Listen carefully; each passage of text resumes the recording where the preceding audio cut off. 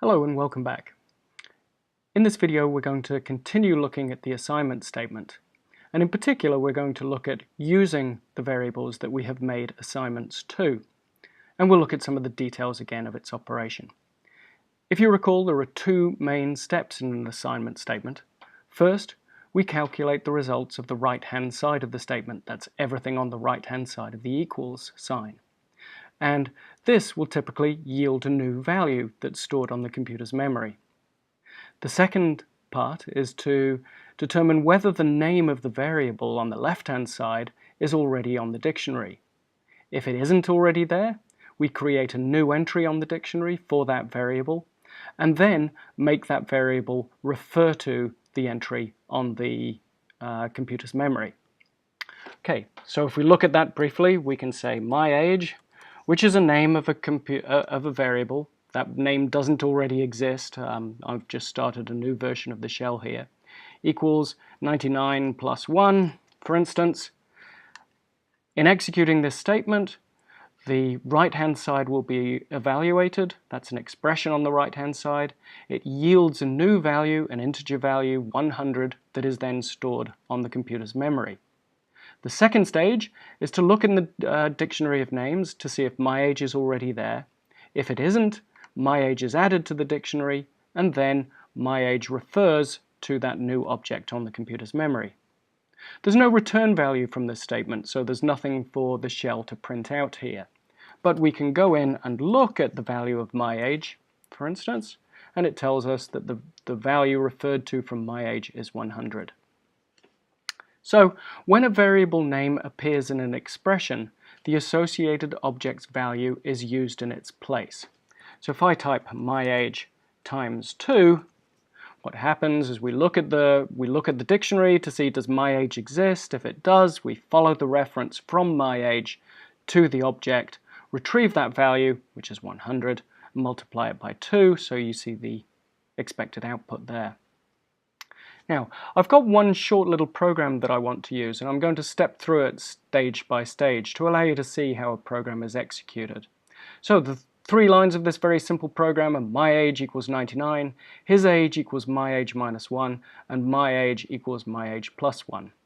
Down here there's a picture that shows you the result at the state of the computer's memory at the end of this little program. But I'm going to very meticulously step through it in this little series of slides here.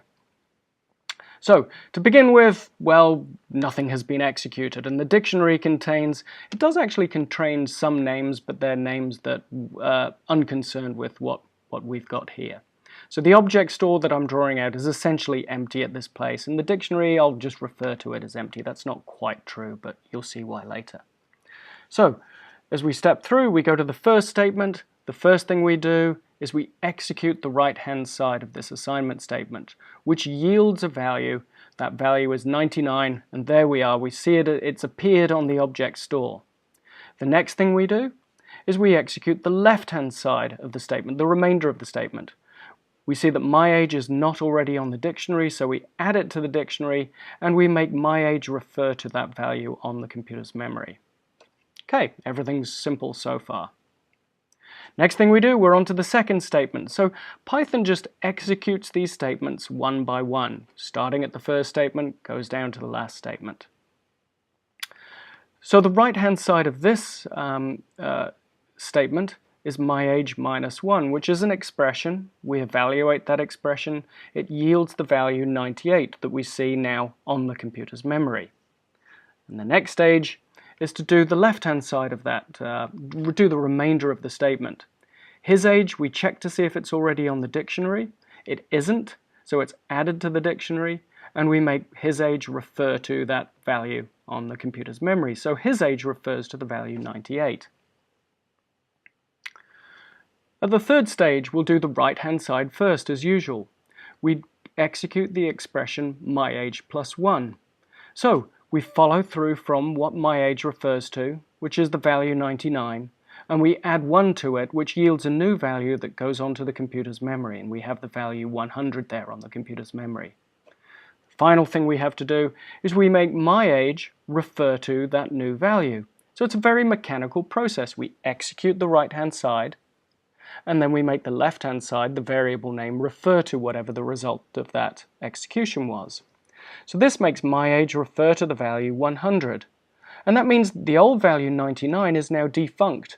Nothing is left referring to it, and it will get what's called garbage collected by the system later on, so the system will recover the memory that's being used for no particular purpose now, because nothing is left referring to 99. If you don't like my visualization, this pedantic visualization in this series of slides, we can look at this also on the Python tutor. So I can bring the Python tutor up, here's the same program, and this allows us to visualize the execution of this program, and you'll see it's very, very similar. It's using frames instead of the word frames instead of dictionary, but if we execute the first statement, myAge equals 99, you'll see myAge refers to the value 99. If we go forward again through the second statement, you'll see his age refers to the value 98 on the computer's memory. And if we execute the third statement, you'll see that his age still refers to 98, but myAge now refers to the value 100. And the old value 99 has disappeared, it's defunct. It's quite important that you understand this series of statements. Because certain operations are very, very frequent in Python, such as adding 1 to a variable's value, such as count equals count plus 1, increment a counter's value, Python provides us with shortcuts to do these really frequent increment and similar calculations. So count plus equals 1, this is a combined operator that has exactly the same meaning as this one here. So this means add 1 to the value of count. And size equals 2 times size, double the size of a value. Well, we've got a combined operator that provides a quick alternative for that also. So size times equals 2 will double the value of whatever value is stored by size. Next time we're going to move on to functions, so thank you for now.